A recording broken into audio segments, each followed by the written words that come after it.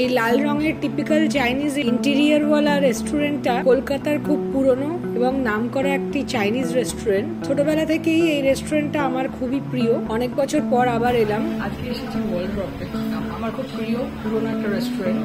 Park স্ট্রিটে কাজে গিয়ে অনেক বছর পর আবার ঢুকলাম ওয়ালড্রপে। এই রেস্টুরেন্টটা এখন রাসেল স্ট্রিটে হলেও আগে ওয়ালড্রপ ছিল, যেখানে এখন মার্কো পোলো। সেখানে একটা বিশাল এরিয়া জুড়ে ওয়ালড্রপ ছিল, তারপর এখানে খুললো। এখানেও দুটো সিটিং এরিয়া আছে, তবে এন্ট্রেন্সটা দেখে মনে হয় ছোট। খাওয়ার কোয়ালিটি আগে খুবই ভালো ছিল। হ্যাঁ, তবে ওই এরিয়া থেকে শিফট করে যখন রাসেল স্ট্রিটে এলো তখনই একটু কোয়ালিটি ডিফারেন্স হয়েছিল, কিন্তু তাও বেটার ছিল। এখন দেখবো কেমন খাবার কোয়ালিটি। এই লাল লাল চাইনিজ ল্যাম্পগুলো খুব ভাল লাগে। প্রথমে এদের ইলাবোরেট মেনু থেকে অর্ডার দিয়ে দিলাম আমার ফেভারিট কিছু ডিশ। কিছু টিপিক্যাল পুরনো মেনুই নিয়েছিলাম, খুব একটা এক্সপেরিমেন্ট করিনি। নিয়ে নিলাম ক্র্যাব অ্যাসপারাগাস স্যুপ, তার সঙ্গে নিয়েছিলাম আমার favourite golden fried prawn, mix Cantonese noodles without pork, আর তার সঙ্গে chilli chicken. Basic common menu. দেখার জন্য আগেকার টেস্টটা সেই আগের মতো আছে কিনা। এদের মেনু প্রাইস আগে খুবই রিজনেবল ছিল, এবারে দেখলাম একটু বেড়েছে।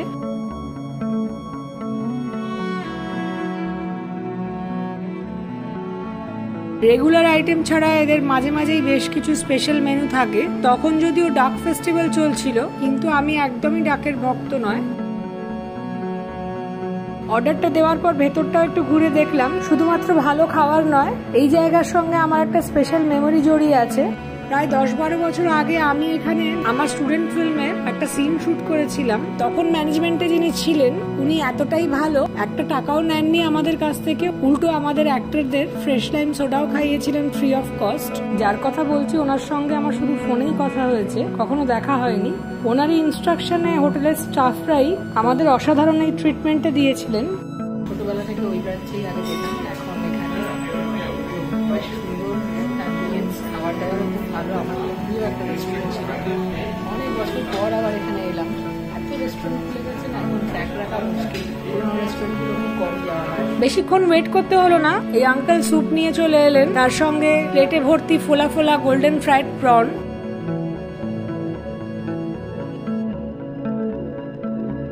অ্যাসপারাগাস স্যুপটা ইউনিক একটা চাইনিজ ডিশ। খুব কম রেস্টুরেন্টে অ্যাসপারাগাস স্যুপ পাওয়া যায়। অ্যাসপারাগাসের সঙ্গে ডিম আর ক্র্যাব। তবে যেটা খারাপ লাগলো, এখানে গার্ডের ক্র্যাব স্টিক ইউজ করা হয়েছে, অরিজিনাল ক্র্যাব মিট দেয়নি।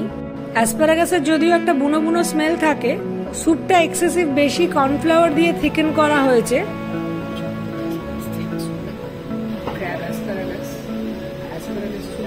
অথেন্টিক চাইনিজ রেস্টুরেন্টে পাওয়া যায়। আর ক্র্যাবটা খুব তাই নিলাম। ক্র্যাব অ্যাসপারাগাস দেখি অনেক বছর পর খাচ্ছি।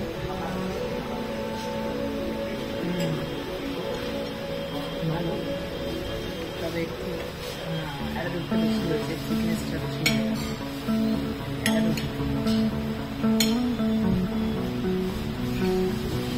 ফ্রেশ।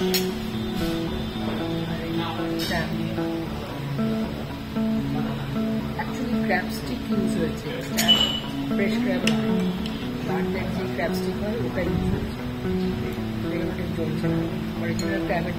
এই দুটোর টেস্টের মধ্যে আকাশ পাতাল তফাৎ। এই ক্র্যাব স্টিকটা অ্যাকচুয়াল ক্র্যাব নয়, আর্টিফিশিয়ালি মেড ক্র্যাব। আমাকে আগে বললে হয়তো আমি নিতাম না।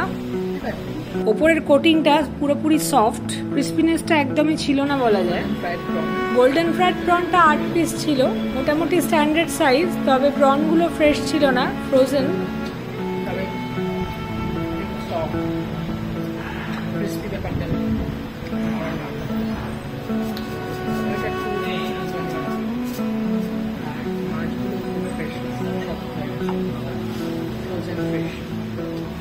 প্রপারলি ডিফ্রস্ট না করেই ভাজা হয়েছে, তাই জন্য একটু স্টিফ হয়ে গিয়েছিল। চিলি চিকেন ওটাই ঠিক জমেনি। ছোট আর মিডিয়াম সাইজ মেলানো 10 পিস চিলি চিকেন। তবে চিলি চিকেনটা দেখে টিপিক্যাল চাইনিজ চিলি চিকেনের মতো লাগছিল না, একটু স্পাইসি একটা ফিল আসছিল। নুডলসের যা পোর্শন মোটামুটি 3 জনের হয়ে যাবে। প্রন আর চিকেনের সাইজটাও স্ট্যান্ডার্ড। নুডলসে ভেজিস ছাড়া চিকেন প্রন অনেকটাই ছিল, আর হালকা সেই আগের মতো না হলেও অল্প একটু পুরোনো দিনের সেই ফ্লেভারটা ছিল। ক্যান্টনিজে প্যান ফ্রাইড নুডলস ইউজ করা হয়, সেটা পারফেক্টলি মেনটেন করেছে। তবে চিলি চিকেনের ক্ষেত্রে একদমই অন্যরকম ইন্ডিয়ান স্টাইল চিলি চিকেন মনে হলো। টু মাচ স্পাইসেস, আমি জানি না তো মশলা মশলা ভাবটা কোত্থেকে এলো। শুধু সোয়া বা অন্যান্য সসে টস করা না, কিছু একটা মশলা ওর মধ্যে ইউজ করা হয়েছিল। ক্যান্টিনিজ নুডলস, আর এই সব জায়গায় একটু অথেন্টিক ক্যান্টিনিজ নুডলস পাওয়া যেত, সব জায়গায় ওই টেস্টটা হয় না। দেখি অনেকদিন বাদে খাচ্ছি, কেমন টেস্ট আছে।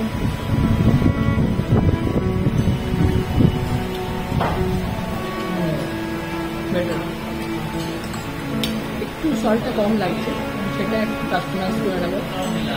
সোয়া সস আর যদি মনে হয় একটু সল্ট খেতে ভালো, তবে ফ্লেভারটা একটু কম, আগের মতো অতটা ফ্লেভারফুল না হলেও একটু কম। আর ডাইসের নুডলসটা, ডাইস ভেজিটেবলস এগুলো যা যা। চিলি চিকেনটা বাড়িতে এনে একটু ছোট ছোট পিস করে ভালো করে ফ্রাই করেছিলাম, কেননা এত চিউই মায়ের তো একদমই ভালো লাগছিল না আর একদমই খেতে পারছিল না। একটু ফ্রাই করে খেলাম, বেটার লাগলো।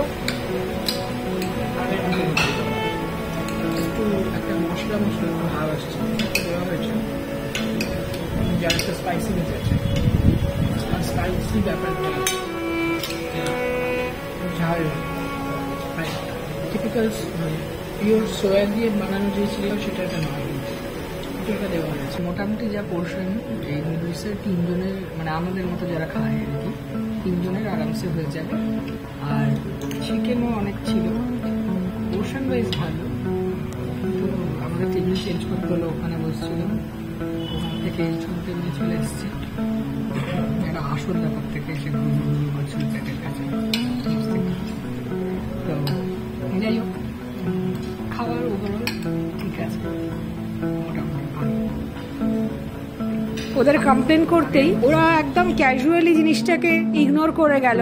হ্যাঁ, কালকে স্প্রে করা হয়েছে সেই জন্য একটু আসরলা বেরিয়েছে, যেন কোনো ব্যাপারই না আসরলা বেরোনোটা। ইনফ্যাক্ট প্লেটে উঠে যাচ্ছে আসরলা, এই টাইপের ক্লিনলিনেস। ওনারা সেটার জন্য অ্যাপোলোজাইজ না করে আমাদের খাবারের প্লেটগুলোকে নিয়ে পাশের টেবিলে দিয়ে বললো এখানেই বসুন। খাবারের প্লেটের ওপর আসরলা ঘুরছে, কম্পেনসেট করার জন্য ডিসকাউন্ট দেওয়া তো দূরের কথা, উল্টে কন্টেনার চার্জও নিয়ে নিল।